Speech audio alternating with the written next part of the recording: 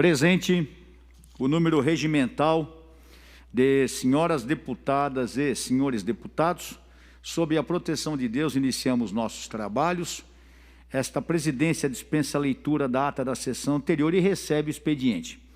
Nesta data, dia 4 de novembro de 2020, quarta-feira, iniciamos o pequeno expediente com os seguintes oradores inscritos.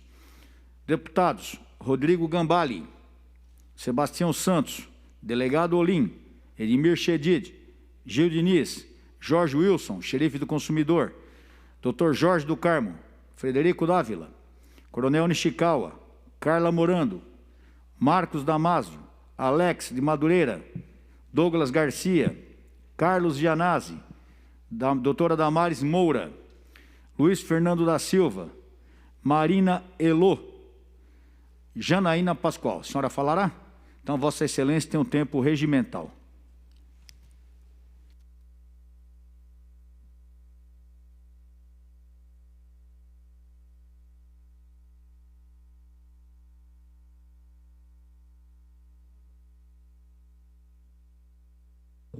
Muito obrigada, senhor presidente. Cumprimento os colegas presentes. Gostaria de noticiar que passamos a manhã toda hoje, como aliás tem acontecido todas as quartas-feiras, na CPI das quarteirizações.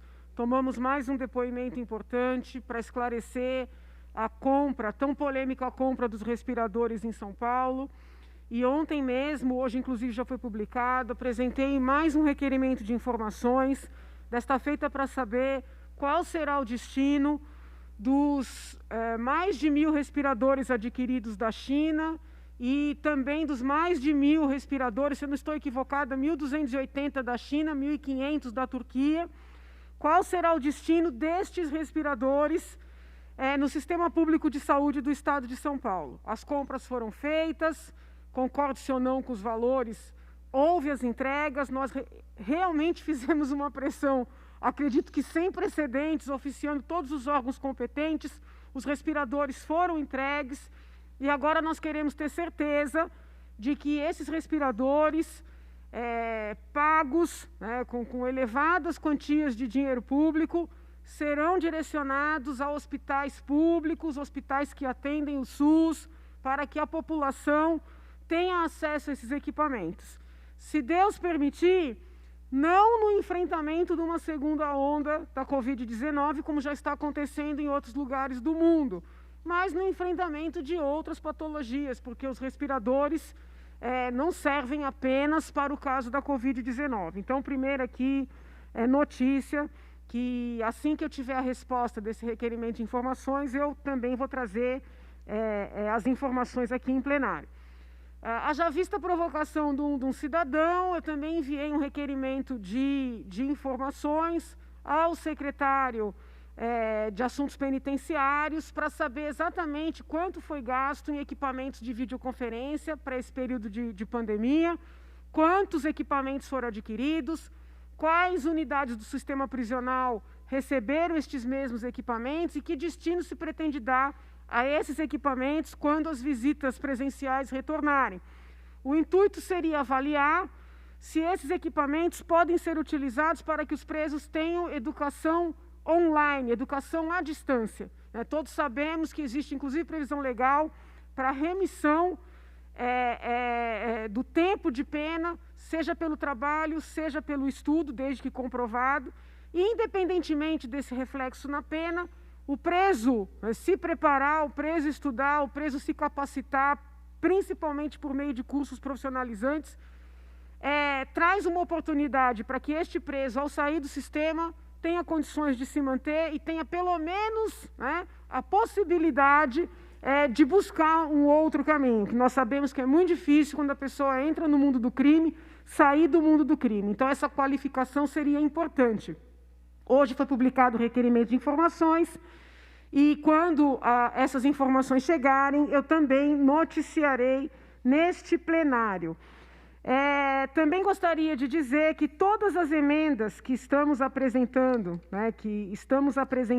ao orçamento, são emendas que estão sendo apresentadas pela bancada. Então, já foi apresentada uma emenda para recompor o orçamento do IMESC, que seria extinto. Como conseguimos uma vitória significativa aqui na casa, não será extinto. O governo tinha mandado um orçamento muito reduzido, apresentamos uma emenda de bancada para recompor. Também apresentamos uma emenda de bancada para recompor o orçamento do Oncocentro, que estava com o mesmo destino, né? Estava fadado ao mesmo destino, e nós conseguimos reverter.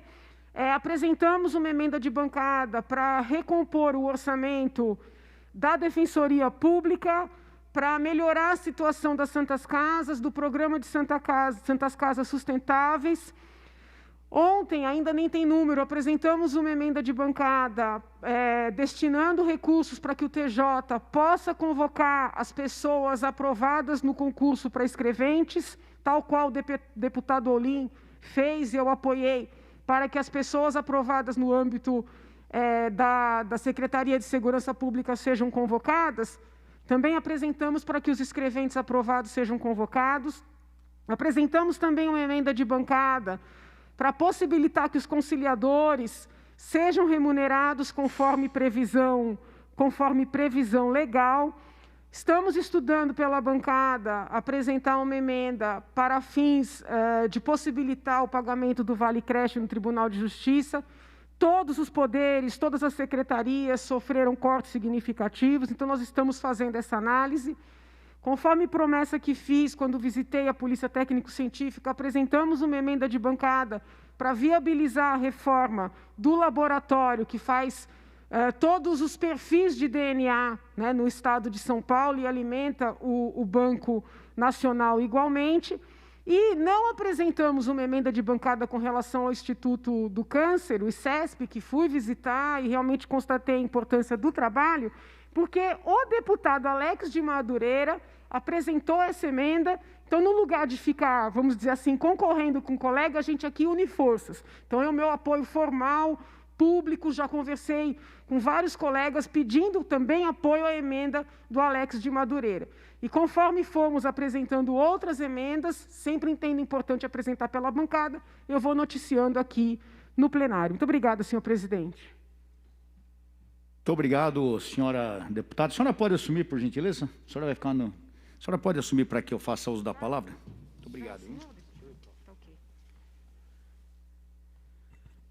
Então, com muita honra, assumindo a presidência, chamo à tribuna o deputado Coronel Telhada. Vossa Excelência tem o prazo regimental de 5 minutos.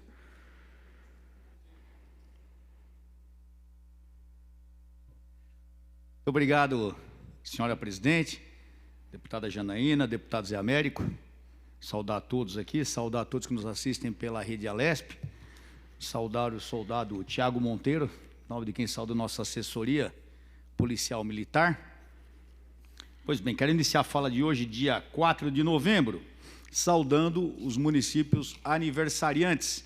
Município de São Sebastião da Grama, lá próximo à divisa de São Paulo, Minas Gerais, e também o município de São Carlos, onde nós tínhamos lá antigamente o Museu da TAM.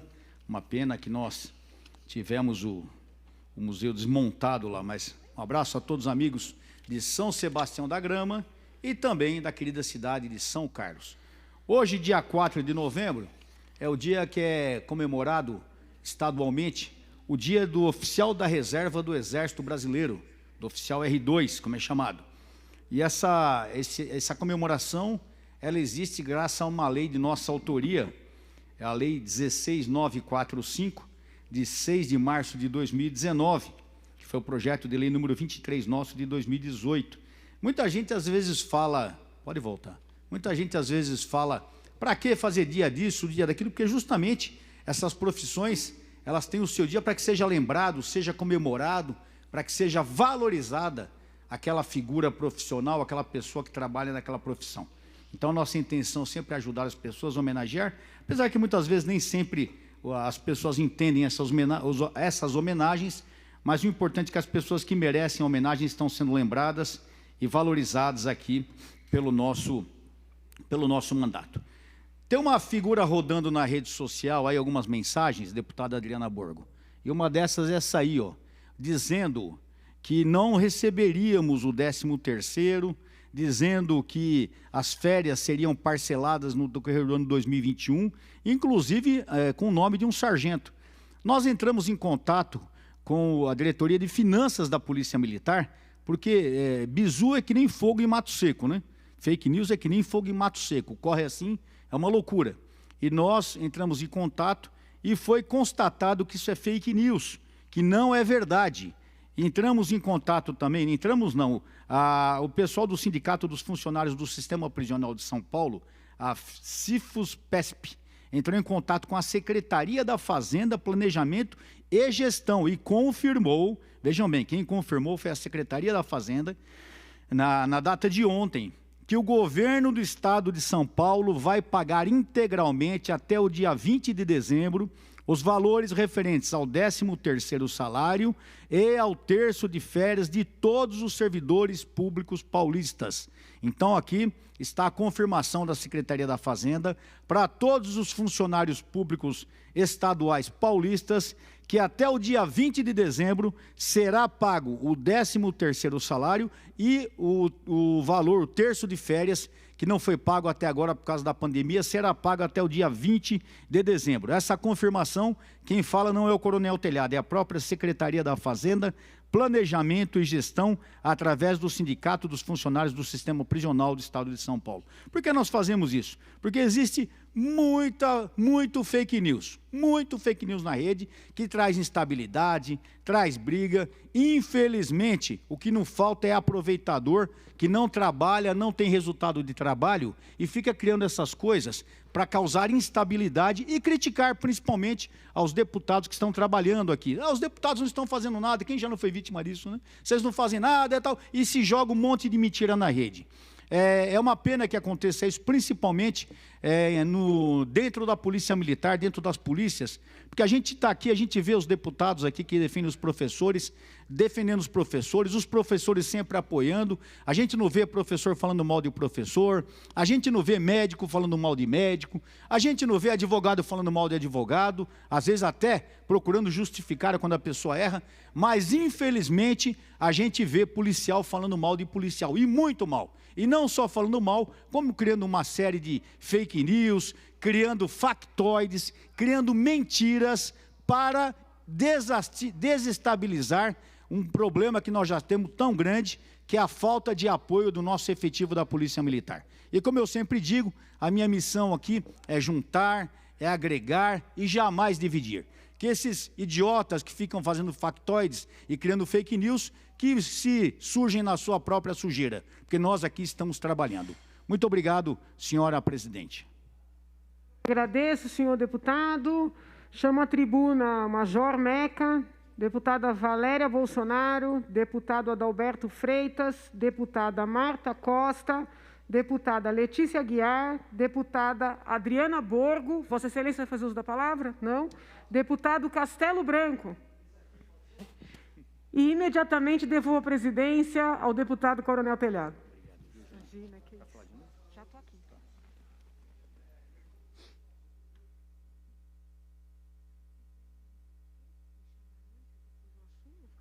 Não, eu não vou falar mais. Não.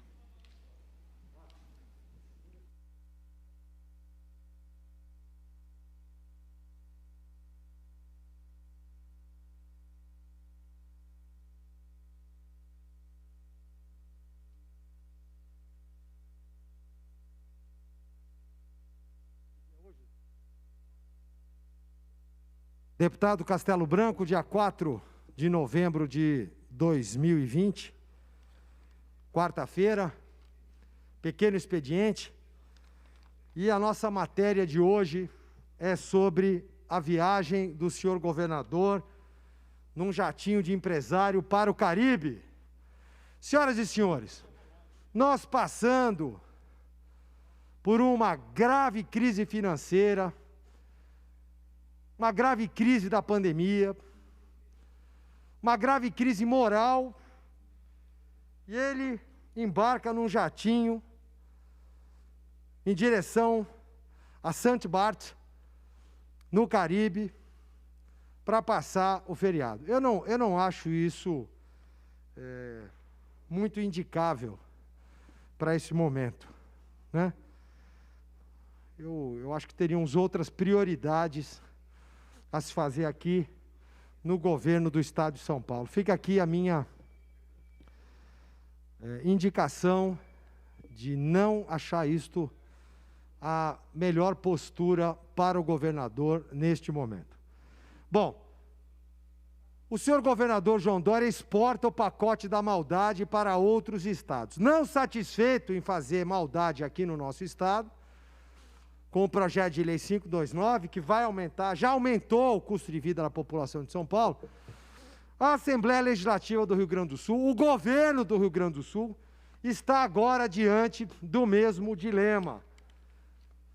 No dia 29 de outubro, o secretário Mauro Ricardo da Costa, conhecido como Maurinho Safadeza, ou Malvadeza, né?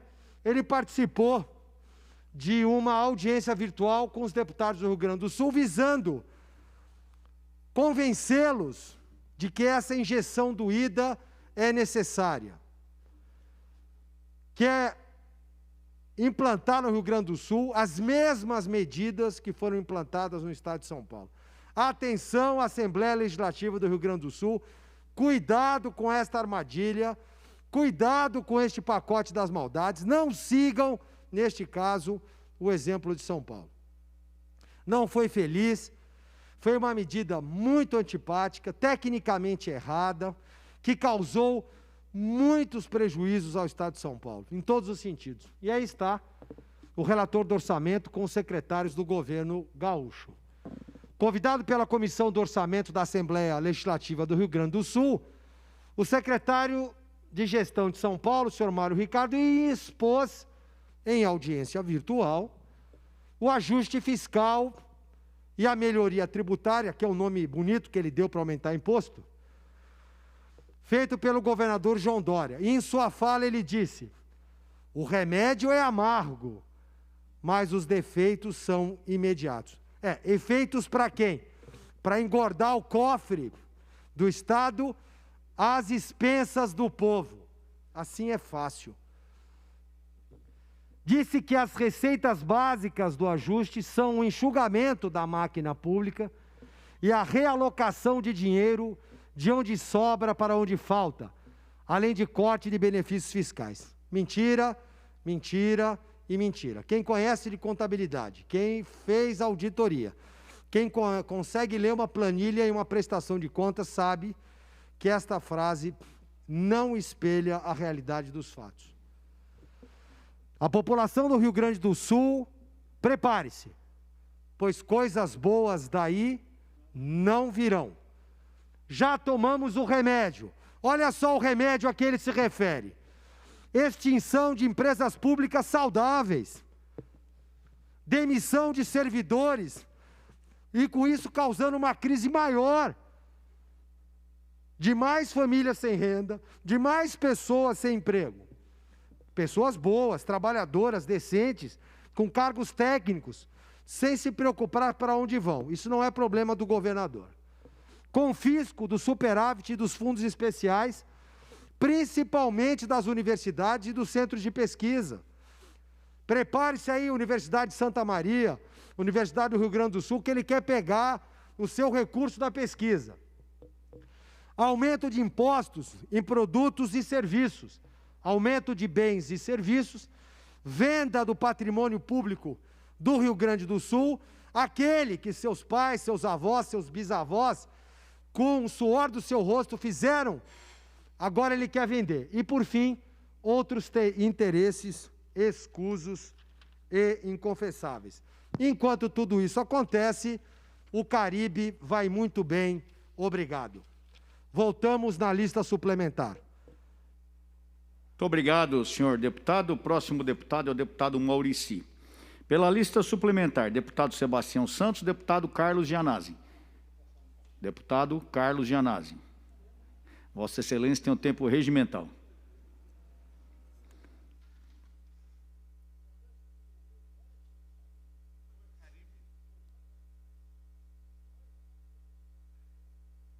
Senhor presidente, senhores deputados, senhoras deputadas, telespectador da TV Assembleia, senhor presidente, eu quero manifestar o meu repúdio e a minha indignação em relação ao que houve com a Mari Ferrer, aquela menina que foi atacada criminosamente, né?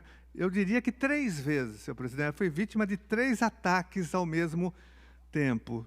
Mas eu quero antes colocar aqui o vídeo mostrando, né, o que aconteceu com ela. Isso aqui foi divulgado amplamente ontem pela imprensa e hoje também. E é muito importante que os deputados e as deputadas tenham acesso a esse vídeo, mostrando que a cultura do estupro continua com muita força no Brasil. Então, eu queria colocar o vídeo. Mostra um Cláudio Gastão humilhando Mariana.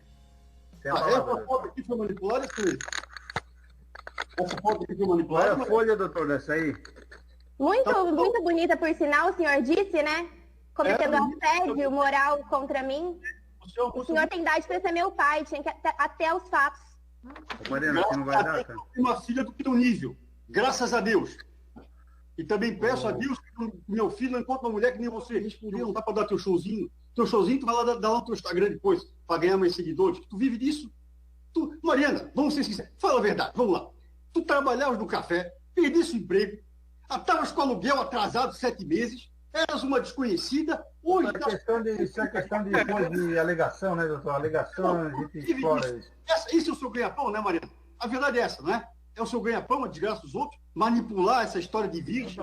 A audiência vira uma cena de terror para Mariana. O advogado insiste em mostrar fotos sensuais dela, tiradas antes do estupro e que em nada tem a ver com o caso. É só para postar essa última foto que ela mandou o defensor público juntar, e que ela diz que foi manipulada. Essa foto aqui foi extraída de um site do fotógrafo, onde a única foto chupando dedinho, daqui, e com posições. Não, quero aquela outra foto. E com posições ginecológicas ali, é só dela. O único site que tem ali, daí a foto. Não tem nada demais essas fotos. Né? Realmente, são de roupa, não tem nada demais mesmo. Não, a pessoa que é virgem, ela não é freira, não, doutor. A gente está em 2020. Não é freira, não estou dizendo que é freira. Por que você apagou essa foto, então? Por que essa foto não tem nada demais? Mas por que você apaga essas fotos, Mariana? E só aparece essa tua carinha chorando, só falta uma auréola na cabeça. Não adianta vir com esse teu choro simulado, falso, e essa lágrima de crocodilo. Meu Deus, é maior que tudo isso. Você pode ter certeza. Mariana, se você quiser se recompor aí, tomar uma água, a gente suspende o ato, tá? Não tem problema, tá? Eu só peço que... Excelência, ela não é... Respeito, doutor. Excelentíssimo. Eu estou implorando por respeito, no mínimo, nem os acusados. Se tu quiser, eu suspendo. Tratada, pelo amor de Deus, gente. Que é isso? Nem os acusados de assassinato sobreataque, como eu estou sendo tratando sobre uma pessoa ilibada, eu nunca cometi crime contra ninguém. A OAB de Santa Catarina e o Ministério da Mulher, da Família e dos Direitos Humanos solicitaram esclarecimentos ao advogado e ao Tribunal de Justiça de Santa Catarina sobre a sua conduta durante o interrogatório. Da Justiça, Mariana recebeu apenas o direito de ter o tratamento psicológico dela, da mãe e da irmã menor. Presidente, é execrável o que aconteceu. É uma cena vil, né, covarde, um comportamento covarde de todos os personagens desse vídeo, dessa audiência. Do promotor, que foi omisso, do juiz, que foi omisso, do advogado. Então, esse foi o mais execrável de todos, esse advogado do réu. Ou seja, a Mari Ferrer foi, primeiro, estuprada por um empresário. Depois, ela foi violentada nessa audiência. Foi uma violência sem precedentes, né? Dentro, praticamente, do Poder Judiciário, porque estavam ali, né, o representante do Ministério Público, do Poder Judiciário, Tribunal de Justiça, né, os advogados. E depois, como se não bastasse isso, o empresário estuprador foi inocentado, né? E eles inventaram ali uma tese jurídica que não existe, que é o estupro culposo, que é uma chacota total do ponto de vista jurídico. O fato, senhor presidente, é que a sociedade brasileira está revoltada e não aceita isso. Há uma ampla mobilização no Brasil uma indignação geral contra esse tipo de comportamento que reproduz o que nós sabemos, que existe um machismo estrutural na sociedade brasileira, que tem que ser combatido na sua origem e na sua raiz. Mas em relação a esse caso execrável, a esse massacre, né, sofrido pela Marie Claire, nós não podemos tolerar isso. E a punição tem que ser exemplar para o advogado, para o juiz que foi omisso e para o promotor. Eles devem ser punidos pelo Conselho Nacional de Justiça, pelo Conselho do Ministério Público e também pela OAB em relação ao comportamento totalmente covarde do advogado, do empresário. E nós vamos organizar, haverá, com certeza, manifestações. Já estão ocorrendo várias manifestações e no domingo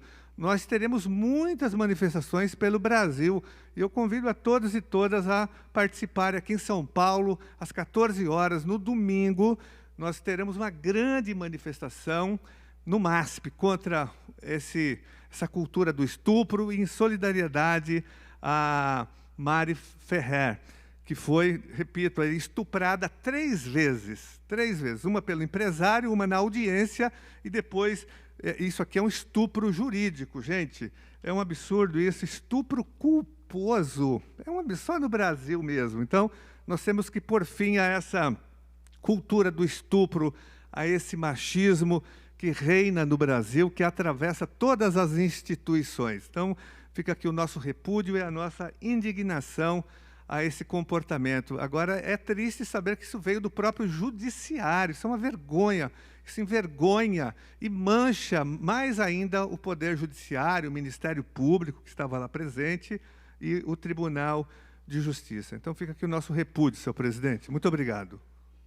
Obrigado, senhor deputado. O próximo deputado é o deputado Ricardo Melão, deputado Jorge Wilson, xerife do consumidor, deputado Itamar Borges, deputado Coronel Telhada, não farei mais uso da palavra, deputado Gil Diniz. Vossa Excelência tem um tempo regimental.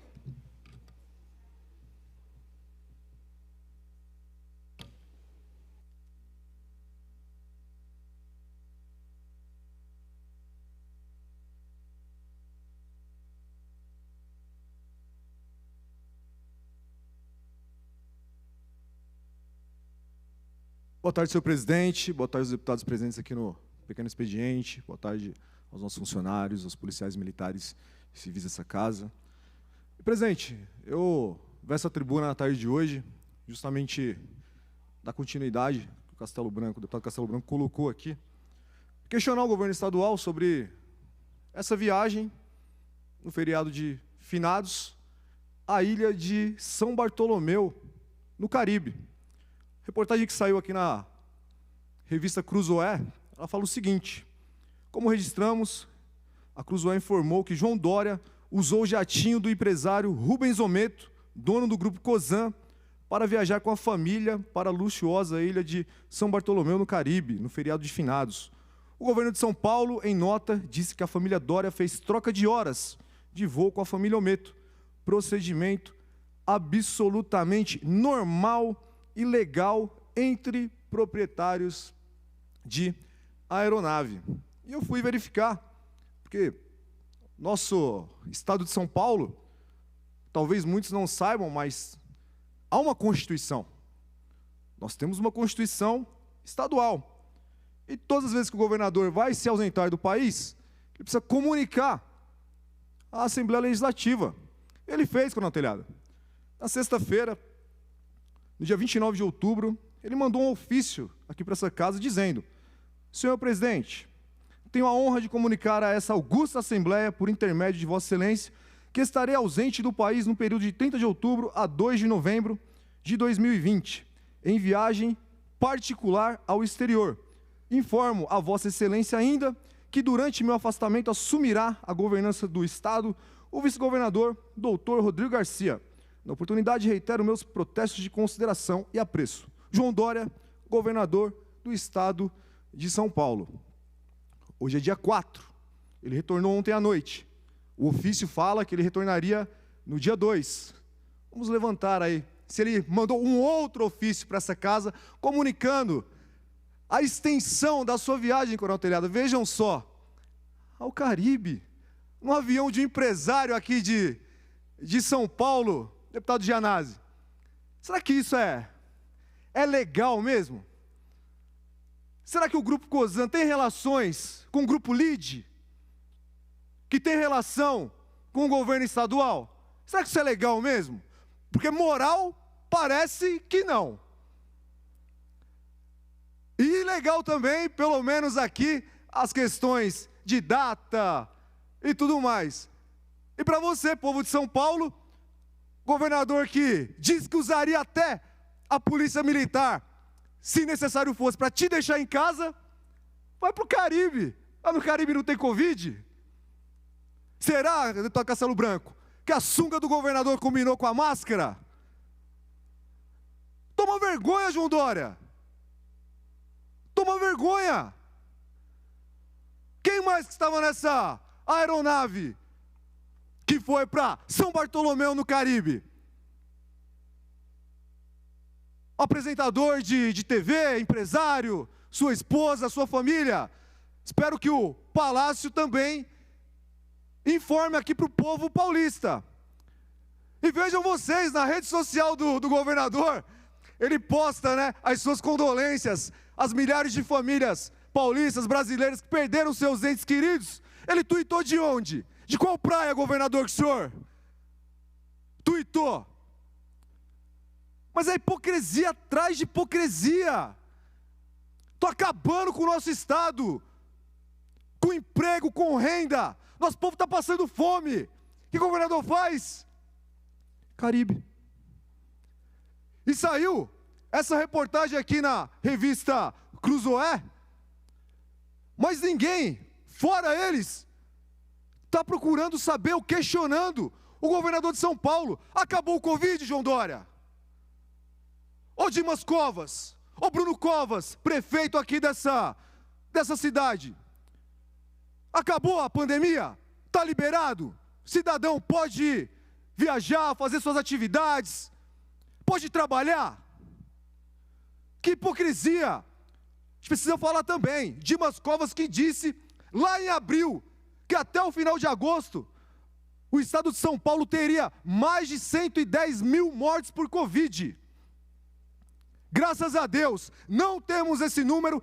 Muito bom que o povo não respeitou esses canalhas que politizaram, que destruíram os nossos empregos e agora vão com seus amigos para o Caribe.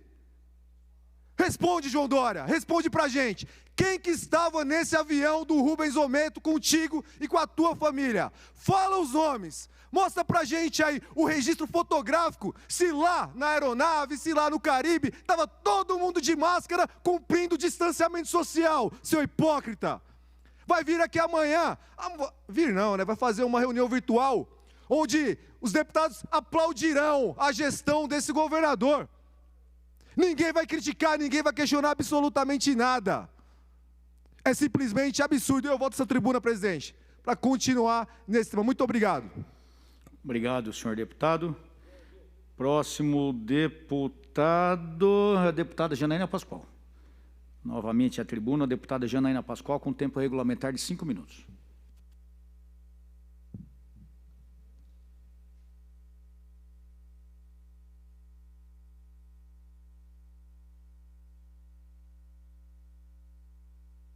Obrigada, senhor presidente. Eu nem ia tocar no assunto, mas como o deputado Gianazzi trouxe o tema ao plenário, e realmente esses assuntos envolvendo crimes sexuais ou acusações por crimes sexuais são sempre muito complexos, sempre muito polêmicos. Infelizmente, não raras vezes a defesa acaba, vamos dizer assim, descambando para um ataque à vítima ou à pessoa que se apresenta como vítima. Então, por óbvio, o tratamento que a moça recebeu na audiência não é um tratamento adequado. Nós temos que mudar essa mentalidade de colocar a vítima como autora e a pessoa que está como acusada ou investigada como agressora. Então, essa discussão ela é uma discussão saudável, ela é uma discussão necessária, importante. Mesmo na seara da vitimização sexual de crianças, e eu atuei muito defendendo pequenas vítimas, não é incomum que as mães sejam criminalizadas nos processos. Então, toda essa reflexão, né, de ordem ética, de limites até na atuação profissional do advogado, tudo isso é muito importante. Mas eu preciso, do ponto de vista técnico, da justiça, fazer uma observação, né? O juiz ele vem sendo muito atacado com o argumento de que ele teria criado uma figura jurídica inexistente do estupro culposo. Eu ouvi isso o dia todo, passei o dia inteiro aqui na Assembleia ontem, as pessoas perguntando o que eu achava da decisão, o que eu achava da inovação do estupro culposo. Somente à noite eu consegui ler a sentença. Uma sentença de 51 páginas, que eu acredito verdadeiramente, pelas matérias que estou lendo, que tenho lido, que pouquíssimas pessoas leram. Porque nessas 51 páginas, em nenhum momento esse magistrado utiliza a terminologia estupro culposo, ele não utiliza, isso foi uma criação da imprensa, talvez uma interpretação, mas não tem nenhuma frase sequer que permita essa análise. O juiz, na sentença, transcreveu uma série de depoimentos, o depoimento da moça, o depoimento do acusado, o depoimento da mãe da moça, o depoimento de várias pessoas que estavam presentes no dia dos fatos, e, ao final, o juiz disse que, ao analisar o conjunto probatório, entendeu que não haveria provas para condenar. Em nenhum momento na sentença, esse magistrado falou que a moça foi culpada, que a moça teria criado, que a moça teria imaginado. Não houve uma frase desabonadora da moça. Só o que o juiz fez foi mostrar o conjunto probatório e dizer que, diante daquele contexto, era impossível condenar. E aí, como advogada, não atuante nesse período, que estou me dedicando exclusivamente ao mandato, como professora de direito penal, eu sou obrigada a dizer que a legislação brasileira, a Constituição Federal, elas são claras ao determinar que, não havendo provas para condenação, o magistrado deve absolver. Entendam todos que nos acompanham que eu não estou entrando no mérito, não estou fazendo um juízo de valor, mas não me parece justo que o magistrado seja condenado por algo que ele não disse, por algo que ele não fez. Como não seria justo, em não havendo provas suficientes, condenar a pessoa acusada? Então, tem que tomar muito cuidado. Eu sou uma defensora aguerrida dos direitos das mulheres, da integridade sexual, da dignidade sexual, do respeito no trato com todas as partes no processo. Não entendo que o advogado ajuda quando ele se emociona, quando ele se exalta.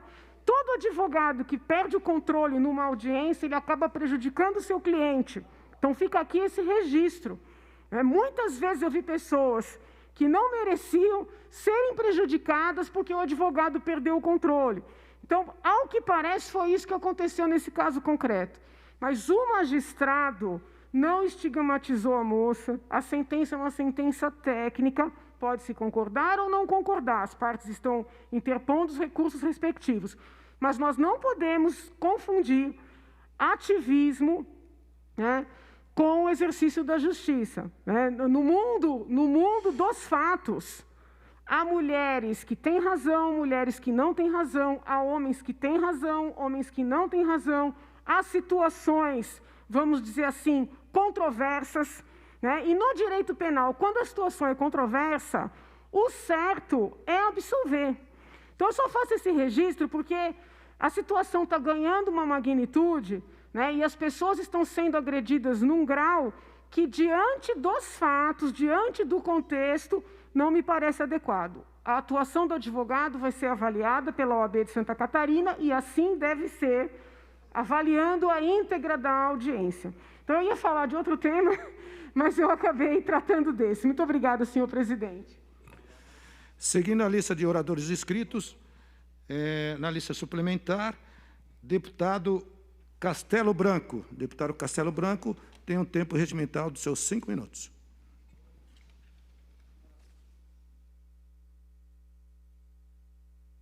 Senhor presidente, só uma comunicação. É regimental, presidente.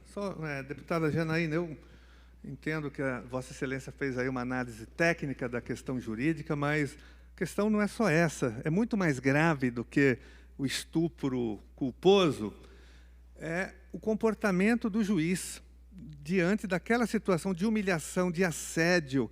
A Mari Ferrer estava sendo massacrada, humilhada, e ele nada fez, ele foi omisso, ele foi covarde, um comportamento execrável de um juiz que permite uma situação como aquela. Essa é uma questão gravíssima. E o promotor também, que foi omisso, mas o juiz que conduzia aquela sessão. Então, olha, é execrável, não dá para aceitar um juiz que tem um comportamento como aquele. Ele ficou totalmente passivo, nem nada fez. A Mari Ferrer implorou a ele, pediu clemência, e ele nada fez, ela chorou. É uma cena deplorável essa, que o Brasil não pode aceitar. Então, a questão do estupro culposo até fica menor diante da situação de humilhação e de assédio que a Mari Ferrer sofreu naquele momento. Isso deixou o Brasil inteiro indignado. Agora, essa questão também do estupro culposo, isso é um absurdo total que não dá para entender realmente, né? E isso mostra que o Brasil é um país machista, que o machismo ele é estrutural, que ele atravessa a Justiça, o Ministério Público, a Assembleia Legislativa, a Igreja, a família, toda a sociedade é marcada pelo machismo, pelo racismo, pela homofobia. E nós temos que combater isso de várias maneiras. E é por isso que há uma indignação geral hoje do Brasil. Mas, repito, o juiz foi covarde e omisso diante de uma situação tão grave como aquela. E tem que ser punido pelo Conselho Nacional de Justiça. Muito obrigado. Na tribuna, com a palavra, deputado Castelo Branco. Na lista suplementar do dia 4 de novembro de 2020, nós vamos retomar o assunto que é o plano de retomada do crescimento de São Paulo. São vários slides, nós vamos passar eles rapidamente. Eu havia prometido na semana retrasada que faria diariamente uma análise do governo Dória, apontando as suas incoerências e as suas não conformidades. Então vamos lá. O plano de crescimento do Estado de São Paulo, o secretário da Fazenda lançou no final de outubro a aprovação do 529, com a suposta retomada do crescimento. Bom, próximo slide. O objetivo é descolar a imagem de São Paulo do restante do Brasil numa franca agressão ao governo federal, procurando dissociar uma coisa da outra. E São Paulo mostrou que quer a parceria com a China, ostensivamente, claramente, como seu principal aliado internacional. Aliás, China esta, que eu estou preparando um longo documentário para que a população de São Paulo conheça um pouco mais sobre este país. O plano prevê 6 eixos para a retomada econômica, que reúne concessões e parcerias público-privadas para atrair 36 bilhões de investimento no biênio. Ou seja, o trem São Paulo-Campinas, promessa desde 2002, as rodovias no litoral, as linhas 8 e 9 da CPTM, o complexo de Ibirapuera, 22 aeroportos regionais, além da modernização do zoológico e do jardim botânico. Além disso, foi prometido o grande projeto de despoluição e reconstituição do Rio Pinheiros, em parceria com a estatal chinesa CRCC, e entraram no radar de promessas do governador. O caso do Pinheiros, por exemplo, há um prazo definido para que isso ocorra até o final de 2022 e, pelo visto, nada será feito. Ou seja, estão aí as promessas de Dória, então, prefeitos, e não cumprida. Vamos lá. O prefeito João Dória não cumpriu a promessa e abandonou a prefeitura em abril para se candidatar a governador. Vamos bem rapidamente. Ele prometeu privatizar Interlagos, não cumprida. Próxima. Prometeu privatizar o Anhembi, Ofereceram um lance de 1 bilhão, não passou, foi feito um novo leilão e o lance mínimo caiu para 54,7. 4. Descentralizar as subprefeituras. Nada conseguiram até o momento. Implantar as ruas 24 horas. Também não foi feito. Concessão dos mercados municipais. Não realizado. Mudar o local do CEAGESP. Não realizado. Terceirizar a gestão dos museus. Parcialmente realizado, mas ainda, por enquanto, não autorizadas. Prometeu acabar com a Cracolândia. Os seus resultados, até o momento, não vieram. Implantar novas unidades de Bom Prato. Não só não aumentou, como também proibiu. Implantar um museu de história da cidade de São Paulo. Não realizado. Fazer convênios e zerar o déficit de vagas em creches de 1 ano. Não realizado. Criar agência regulatória na educação. Nenhuma agência foi criada até o momento. Ampliar os CELS em 208 unidades. A atual gestão retomou as obras de apenas 12. Criar o Centro de Apoio para Professores. Não realizado. Impedir invasão em propriedades públicas e privadas. A promessa não foi cumprida e houve várias invasões. Transformar o Jockey em centro cultural. Zerar a dívida que tem o Jockey com a cidade e o plano diretor do Parque Chácara Jockey ainda está sendo elaborada. Privatizar o Parque do Ibirapuera e outras áreas. Promessa ainda não cumprida. Implantar um programa para monitorar veículos a diesel. Ainda não incorporado. Integrar o CET e o SP-Trans com outros centros para atuar em rede. Não efetivo. Não aumentar a tarifa de ônibus. A tarifa foi reajustada em janeiro de 2018, de 3,80 para 4. Em janeiro de 2019 foi para 4,30 e agora em janeiro de 2020 foi para 4,40. Pois é. Em campanha, Dória prometeu implantar a tarifa pré-embarque. O objetivo era evitar filas antes da catraca. Não feito. Fazer mais ciclofaixas e levá-las à periferia. Não realizado. Implantar o Corujão da Saúde. Poderia falar aqui mais 10 minutos sobre isso. O fato é que essa série de melhorias ainda estão a realizar. Não foi feito. Impedir multas pela GCM. A Prefeitura diz que a legislação em vigor possibilita. Já houve, porém, flagrantes de guardas aplicando multas.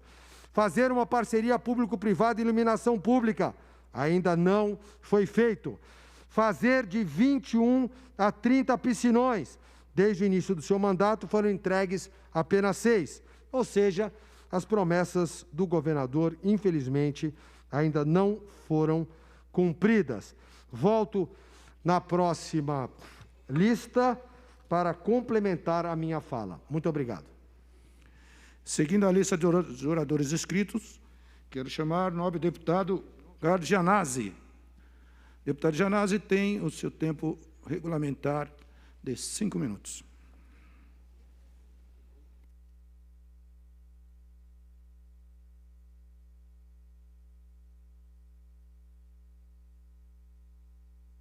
Senhor presidente, de volta a esta tribuna, eu queria dizer o seguinte, que uma das maldades do PL aprovado aqui na LESP, o PL 529, do desgovernador Dória, do Estado de São Paulo, eu falo que esse projeto, deputado Castelo Branco, que foi aprovado e virou lei, infelizmente, ele tem mais de 500 maldades. E uma delas é em relação ao IANSP, que aumenta a alíquota de contribuição dos servidores públicos. E isso, na nossa opinião, é um confisco salarial. E esse confisco salarial, senhor presidente, é um verdadeiro golpe nos servidores e no próprio IANSP, porque o governo alegou o seguinte, olha, nós temos que melhorar o atendimento do IANSP, então por isso que nós vamos elevar a alíquota de contribuição, para que haja mais recursos para financiar a assistência médica dos servidores públicos do Estado de São Paulo. Na verdade, isso é um golpe. Por quê, senhor presidente? Isso ficou muito claro agora na peça orçamentária, na LOA.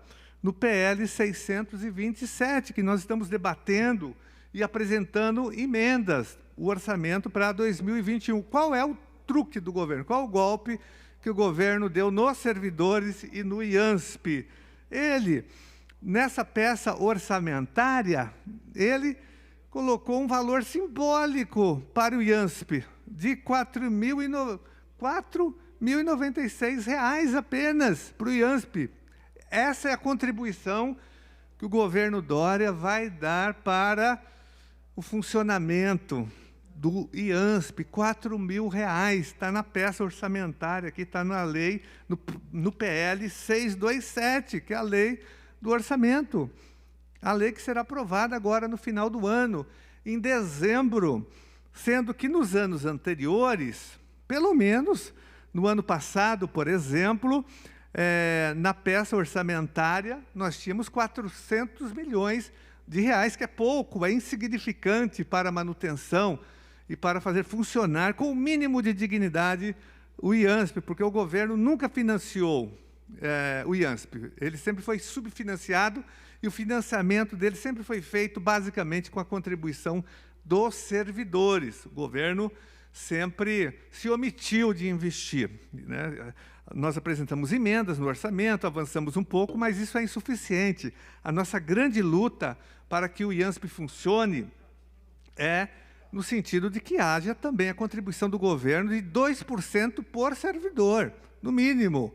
Essa seria a contribuição que faria com que o IANSP pudesse atender melhor os servidores. E ele só não atende melhor porque ele é subfinanciado. Os servidores que trabalham no IANSP são oprimidos, são vítimas de um salário defasado, de condições extremamente precarizadas de trabalho, enfim, sem plano de carreira, sem reajuste, sem reposição das perdas inflacionárias, não estão recebendo nem o bônus, senhor presidente. A situação lá é grave, não tem. Eles não chamam os aprovados no concurso público, estão terceirizando tudo.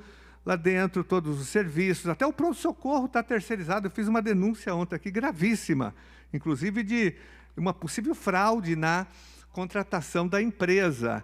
Então, senhor presidente, é um absurdo isso, é um golpe.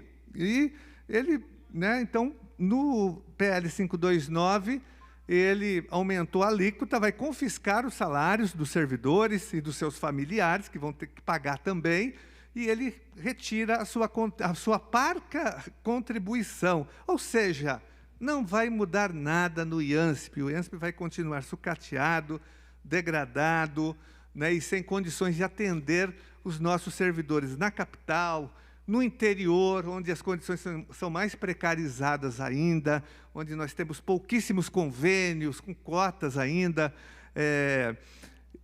na Baixada Santista, na Grande São Paulo, onde a situação, repito, é muito pior do que aqui no Hospital do Servidor Público Estadual.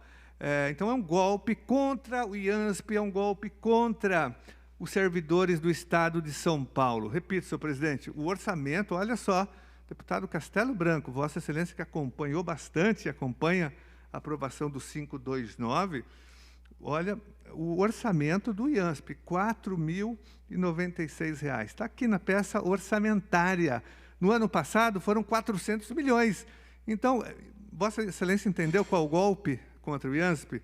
Ele vai utilizar o dinheiro do próprio servidor público para continuar subfinanciando o IANSP. E não vai colocar um centavo, olha, R$ 4.000, isso não é nada. Logicamente que nós apresentamos emendas para resolver essa situação. E aí eu peço o apoio de todos os deputados e deputadas para que nós possamos aprovar as emendas, elevando o orçamento do IANSP, para que o IANSP possa funcionar atendendo os seus servidores, os servidores públicos com dignidade. Muito obrigado, senhor presidente. Seguindo ainda a lista de oradores inscritos, lista suplementar, deputado Ricardo Milão.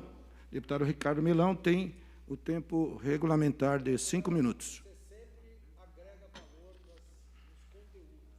Obrigado.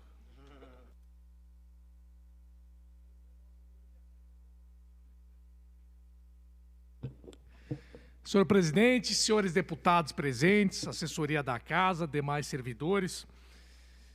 Como um deputado liberal, é meu dever, na minha atuação aqui, defender sempre a livre iniciativa e a liberdade de escolha do consumidor. E, no meu ponto de vista, no ponto de vista de nós, liberais, é a liberdade de escolha, é a livre iniciativa para empreender que gera os maiores benefícios dos quais todos nós usufruímos. Quando você tem livre concorrência, um livre mercado operando, mais empresas estarão competindo para quem servir melhor, e aquele que servir melhor é quem irá sobreviver, quem irá lucrar, e assim sucessivamente, até surgirem novos competidores, uma nova concorrência, porque quem ganha com tudo isso é você, consumidor, que sempre vai poder acessar melhores serviços com mais qualidade a preços menores, porque essa é a lei do mercado.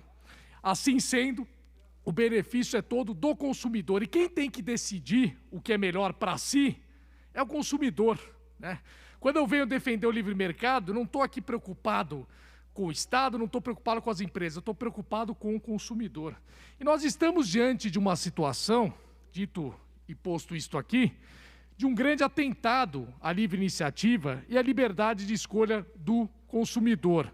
Como ela está se dando? Através de uma consulta pública feita pela Artesp, que regula os serviços de transporte no estado de São Paulo, e essa consulta pública propõe uma portaria que está ali para qualquer um entrar e apresentar suas sugestões via e-mail, ao modelo de uma minuta aqui proposta.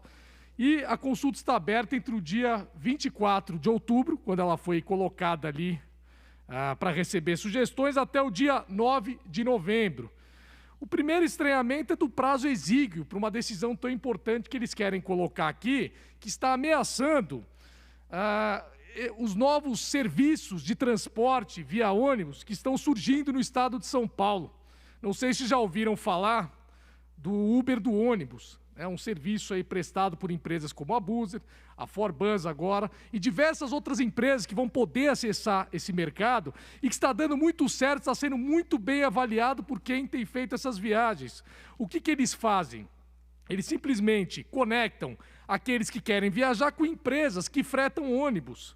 E com isso consegue garantir boas viagens a bons preços com qualidade. E o consumidor vai lá e avalia, e tem sido muito bem avaliado esses serviços.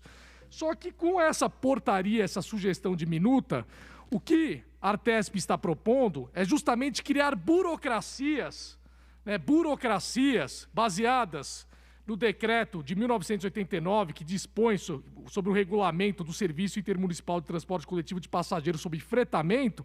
Eles querem criar burocracias para as empresas que fretam ônibus, justamente visando dificultar a atuação desses aplicativos, dessas inovações que tanto beneficiam o consumidor paulista, e agora com as exigências que eles estão querendo criar através dessa portaria que está sob consulta, corre-se o risco de inviabilizar essa solução que surgiu e que tem gerado tantos benefícios para o consumidor, não só aqui de São Paulo, como de outros estados que também usufruem disso.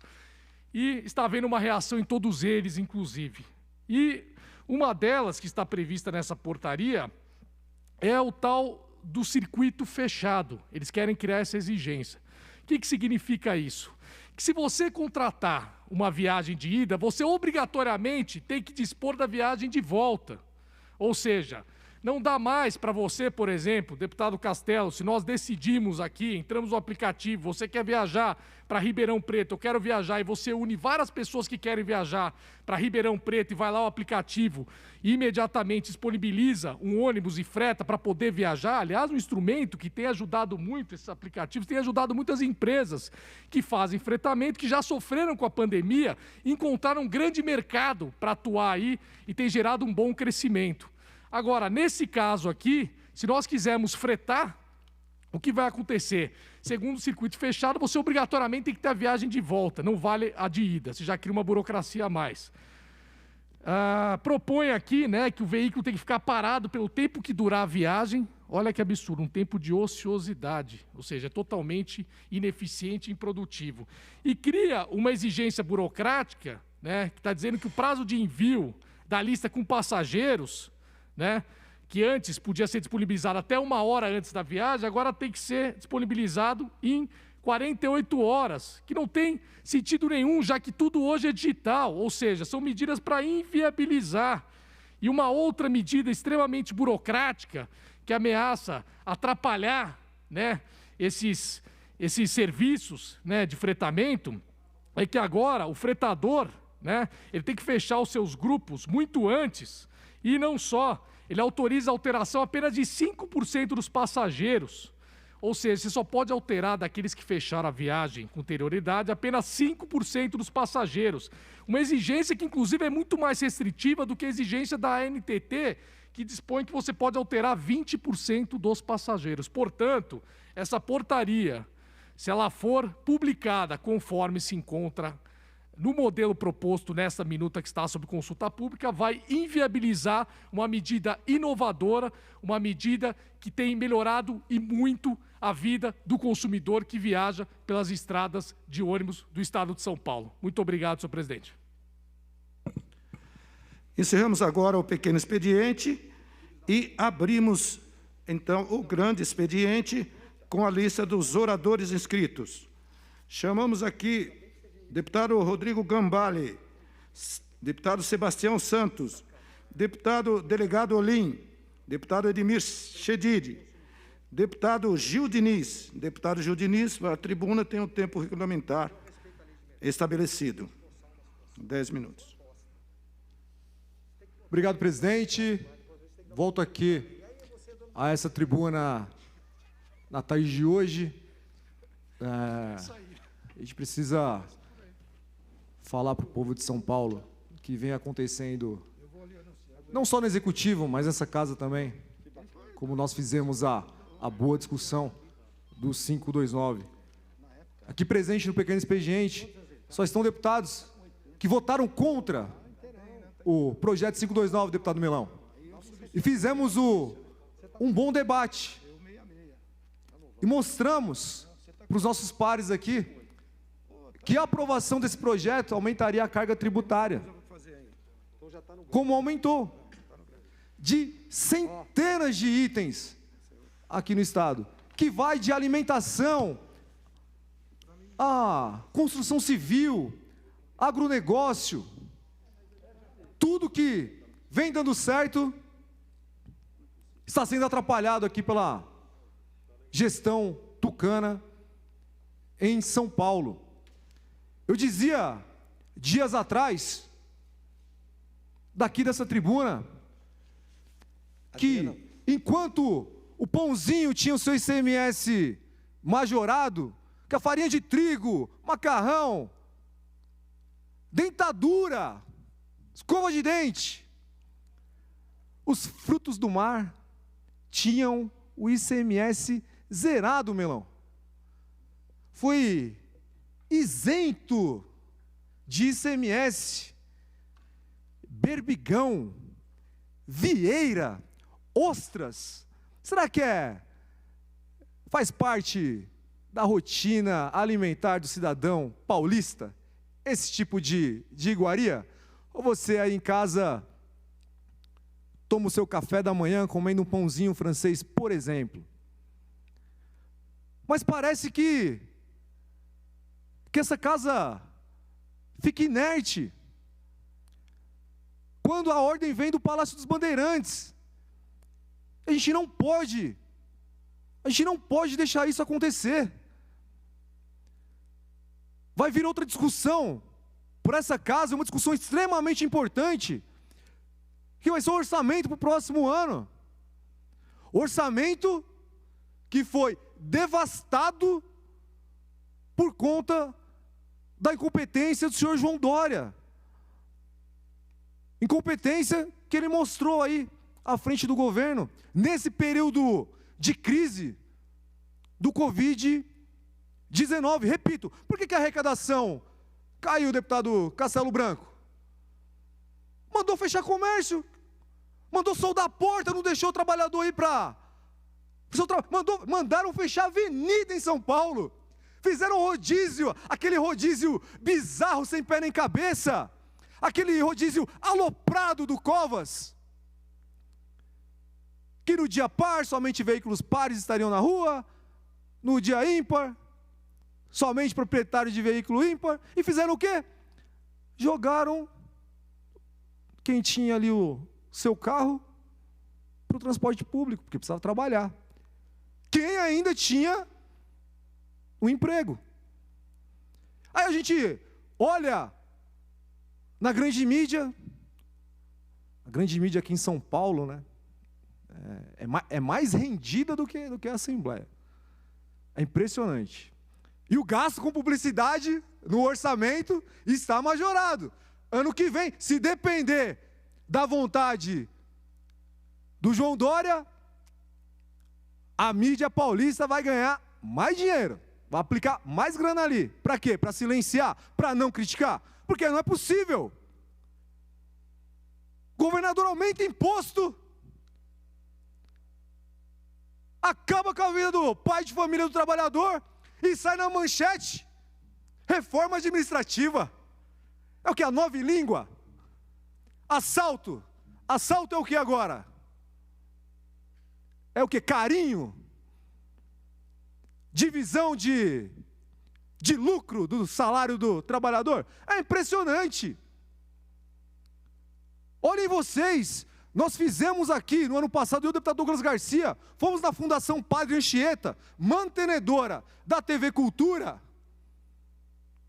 olhar lá o contrato de uma jornalista que presta contas com a referência do imposto de datilógrafa, para pagar menos, é claro. A gente sabe que a sonegação de imposto aqui em São Paulo e no Brasil é imensa, é intensa. E a previsão orçamentária para a TV Cultura aumentou, Melão. Eles querem dar mais dinheiro para a cultura. Por quê? Para quê? É porque a TV Cultura todos os dias passa ao meio-dia aquele comício no Palácio dos Bandeirantes. Será que é por isso? Será que a gente pode suspeitar disso? Será que estão usando aquela TV como um braço político do partido que governa esse estado? Será? Eu não duvido. Olha a preocupação do governador ao inaugurar no distrito policial, no interior de São Paulo. A preocupação dele, será que era se o policial está bem remunerado, se tem bons equipamentos, se tem condições de trabalho? Não. A preocupação dele era se o batente, deputado Castelo Branco, se o batente e a porta estavam pintadas de preto. Tem o vídeo aí? Passa um vídeo aqui para mim, por gentileza. Muito obrigado. Antes do encerramento da placa, que já está aí pronto, apenas uma recomendação para chegar no padrão de apresentação das nossas novas delegacias, recomendar para que portas e batentes sejam pintados na cor preta, que é a cor padrão agora de todas as novas delegacias, sejam DEIC, sejam delegacias da Polícia Civil. Se tiver alguma dificuldade, alguma instituição aí de Presidente Prudente pode ajudar, e até o final da semana que vem, para que todos os batentes, as portas sejam pintadas de preto, como exatamente foi a de Araçatuba. O senhor deve ter visto aí no tour, comandado pelo Dr. Paulo Cachatori, que ali eles estavam já dentro deste padrão. Simplesmente, a gente ri para não chorar dessa figura bizarra que governa o estado de São Paulo, que a preocupação dele é com a cor da porta e do batente. Então, dizendo aqui, a gente vai conferir que os plenarinhos aqui da Assembleia Legislativa vai ter que estar nessa cor, hein? Que o governador deu a ordem, deve ter vindo algum secretário aqui fiscalizar. Logo, logo, esse plenário aqui também não duvido nada. Por quê? Porque quem manda aqui é o governador de São Paulo. Essa casa não tem independência. Por isso que eu disse aqui, ó, não vou votar no PSDB para a presidência dessa casa. Porque são pelegos, se dobram, se ajoelham, pedem bênção para o governador, e estão suando sangue aí nas suas cidades para elegerem aí seus prefeitos, e tomara que percam. Se depender de mim vão perder, e se depender de mim vão perder a presidência dessa casa aqui também, e vamos dar prosseguimento no impeachment do governador João Dória, deputado Castelo Branco. que enquanto aumenta imposto de pão, isenta berbigão, vieira, ostra, enquanto proíbe o cidadão de ir para a rua trabalhar, vai para o Caribe. Pergunto novamente aqui da tribuna, governador, a máscara estava combinando com a sunguinha? Quem é que estava no voo contigo? Fala pra gente aqui, governador. Quem que estava nesse voo aí contigo, no avião do Rubens Ometo? Ou não tem conflito de interesse nisso? Pelo amor de Deus, onde é que a gente vai parar? O governador tinha falado aqui, e eu falo para os policiais, agora para os policiais civis. O governador faltou com respeito com a delegada, a Raquel Galinatti, presidente do Sindicato dos Delegados de Polícia Civil. Faltou com respeito com ela, disse que não vai contratar efetivo, falta efetivo na Polícia Civil. Disse que não vai contratar, Melão, porque tem um decreto federal, não é um decreto, é uma lei federal que proíbe a contratação de servidor público. Só que ele não disse que há exceção. E para a segurança pública há exceção. Tanto é que o governo federal está contratando policial federal, policial rodoviário federal. E ele pode sim, se assim quiser, contratar policiais militares, policiais civis, agente, escrivão, delegado. Só que ele é um mitômano, ele vive de mentira, ele vive de enganar. E está enganando o povo de São Paulo. Vai você aí no interior de São Paulo. Vai lá no 2º DP, em Suzano, olha lá se o escrivão, se ele é concursado, ele é cedido pela prefeitura. E a maioria dos nossos distritos policiais, aqui, senhor presidente do estado de São Paulo, só funcionam graças aos funcionários cedidos das prefeituras. Se os prefeitos tirarem esses funcionários, vai ter que fechar o DP. Mas esse mitômano, ele tem a cara de pau de falar que não falta efetivo, que não vai contratar efetivo, e joga a culpa no governo federal. É o que ele vem fazendo agora, aqui nesse momento, majorando imposto, vai aumentar a inflação, vai acabar com o emprego, para quê? Para jogar na conta do presidente Bolsonaro. Porque esse mitômano que tomou o Palácio dos Bandeirantes, ele quer disputar a presidência da República em 22. Dispute nas urnas.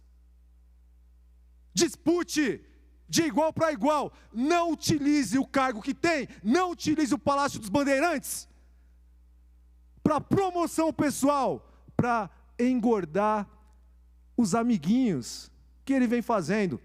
E a gente vai continuar denunciando aqui esse governador. E para finalizar, presidente, estou levantando todos os dados dessa viagem. Todos. Prefixo de aeronave, que hora saiu, que hora voltou, quem que estava na aeronave, quanto que foi esse voo, e vou denunciar no Ministério Público, vou denunciar no Tribunal de Justiça, porque há sérios indícios de irregularidades. E a gente não vai deixar esse João Dória, canalha, mentiroso, usar o Estado de São Paulo para promoção pessoal. Muito obrigado, senhor presidente. Muito obrigado, nobre deputado Gil Diniz. Na sequência dos oradores inscritos, passo a presidência desta mesa para o nobre deputado Ricardo Melão.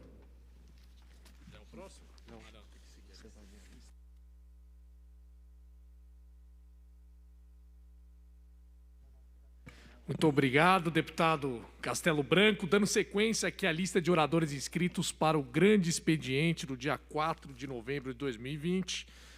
Deputado Jorge Wilson, xerife do consumidor. Deputado Dr. Jorge Lula do Carmo. Deputado Frederico Dávila. Deputado Coronel Nishikawa. Deputada Carla Morando. Deputado Alex de Madureira. Deputado Carlos Gianazzi. Deputado Douglas Garcia. Deputada doutora Damares Moura, deputado Luiz Fernando Lula da Silva, deputada Marina Elô, deputada Janaína Pascoal, deputado Coronel Telhada, deputado Major Meca, deputada Valéria Bolsonaro, deputado Adalberto Freitas, deputada Marta Costa, deputada Letícia Guiar, deputada Adriana Borco, deputado Castelo Branco. Grande expediente do dia 4 de novembro de 2020, quarta-feira, na sequência, listando as promessas não cumpridas do atual governador do estado de São Paulo. Apenas um checklist, porque é da minha obrigação parlamentar como deputado estadual fiscalizar o governador. Então, dentro das minhas atribuições legais e das minhas prerrogativas parlamentares, se não vejamos promessas de campanha, alcançar 100 unidades de poupa-tempo, ainda não cumpridas, privatizar as balsas do litoral, grande sonho de milhões de paulistas lá no litoral, não cumprida. Construir creches em estações de trem, aumentar o salário dos professores, sonho de gerações, inclusive da minha mãe, que era professora e que se aposentou após 35 anos de serviço com R$ 1.200. Muito bem. Continuando. Construir 140 mil unidades habitacionais em 4 anos. Tirar o trem intercidades do papel. Implementar o Ferroanel Norte. Concluir as obras do Rodoanel. Acompanhe comigo, quantas promessas, né? Por isso que a população acreditou nele. Estender a rodovia Carvalho Pinto até Aparecida. Também um sonho antigo. Fazer passagens subterrâneas pelas rodovias Rio Santos e Ubatuba. Outro sonho antigo. Privatizar a hidrovia Tietê-Paraná. Privatizar todos os aeroportos regionais. Está em andamento. Implantar tarifa flexível nos pedágios com preços mais baratos fora do horário de pico. Não só não foi implantado, como a cada dia que passa, o governo cria mais pedágios e mais caros. Daqui a pouco está inviável usar as estradas, sem contar o IPVA. Concluir a ponte Santos-Guarujá, ou o túnel Santos-Guarujá. Isso sim, uma grande meta que ainda não saiu do papel. Privatizar os presídios. Ponto complexo e polêmico. Ampliar sistema ponto a ponto nas estradas, tarifa flexível, que é a tarifa em que o valor é reduzido de acordo com o horário. Já mencionamos, ainda não em operação. Duplicar a rodovia Mogi Dutra em menos de 2 anos. Levar o projeto Cidade Linda para outras cidades do estado. Despoluição do Rio Tietê e do Rio Pinheiros em 8 anos. Já estamos no 2º ano e nada foi feito. Levar o metrô até o Jardim Ângela. Pessoal de Jardim Ângela, sonho antigo de muitas gerações. 21. Impedir a entrada de celulares em presídios. Atenção, senhores deputados, esse aqui, o item 21, eu faço questão de assinar lá embaixo. Olha só, promessa de campanha. Impedir a entrada de celular em presídios no estado de São Paulo. Frase do governador. Não vai mais entrar celular em presídios do estado de São Paulo a partir da nossa gestão. Entrou no ano passado 13.986 celulares. Parabéns! E mais, quando passa por essa casa uma lei para colocar bloqueador, sabe o que ele faz? Veta! Está aqui. Muito bem. Eu gostaria de entender essa mentalidade desconexa entre a fala e a realidade. Sabendo, nesse caso, que o maior golpe contra o crime organizado, a maior punição que você poderia dar, seria tirar o celular de dentro dos presídios. Nada foi feito. Número 22. Equipar todas as viaturas da Polícia Militar com fuzis de última geração. Vamos lá para a rua ver se isso está acontecendo, né? E equipar a Polícia Militar, pagar melhor a Polícia Militar, foi outra promessa de campanha. Nada foi feito. Blindar todos os carros operacionais da Polícia Militar e da Polícia Civil a partir de janeiro de 2019. Doce sonho. 24, criar 40 novas delegacias da mulher. Foram criadas 8 até o momento. Enfim, poderíamos continuar essa lista, mas a conclusão é: vale a pena acreditar nas promessas realizadas pelo atual governador? Infelizmente, a julgar pelos quase 2 anos de mandato, não vai se conseguir cumprir essas metas. Qual é a desculpa que ele vai dar? Não tem dinheiro? Mentira, tem. Reduz a máquina do Estado, não através do que foi feito com o 529, não através dessa péssima lei que foi a Lei de Previdência, feita no Estado de São Paulo, que cabe salientar mais uma vez, e nada tem a ver com a Lei da Previdência que foi feita no governo federal. Ou seja, estamos sendo chefiados por um caminho sem volta e ruim. Lembrando que a diferença entre chefe e líder, assim preconizava a nossa aula na Academia Militar das Agulhas Negras, nos idos dos anos 80. A grande diferença entre a liderança e a chefia é que a chefia é um cargo autorizado pelo poder constituído. A liderança é nata. A liderança conduz os seus homens ao dever que deve ser cumprido. Estamos diante, portanto, de um chefe autoritário e não do líder que tanto sonhamos. Encerro a minha participação agora no grande expediente, com a promessa de que voltaremos todos os dias a esse plenário, com bons temas, bons conteúdos e, acima de tudo, mostrando à população de São Paulo o que está por trás da verdade, que é a mentira. O que está nos bastidores, o que está por trás das decisões que são tomadas, o que realmente está acontecendo. Para a próxima semana, estamos preparando uma longa apresentação para que você entenda o que é a China, o que faz a China hoje, a sua história e quais os reflexos disso no Brasil. Uma boa tarde a todos e até amanhã. Brasil acima de tudo. Peraí. Muito obrigado, deputado Castelo Branco. Pela ordem, presidente. Pela ordem, Uma deputado. breve comunicação. Tem a palavra. Presidente, o deputado Castelo abordou aqui a questão dos celulares que entram em prisões. O STF está decidindo um pedido aí, claro, de um partido, sempre eles, partido de extrema esquerda, que diz, Castelo, que é contra os direitos humanos a revista íntima, nos presídios. Então vejam só vocês, entram nos presídios, droga, celulares, armas, com o Instituto da Revista Íntima.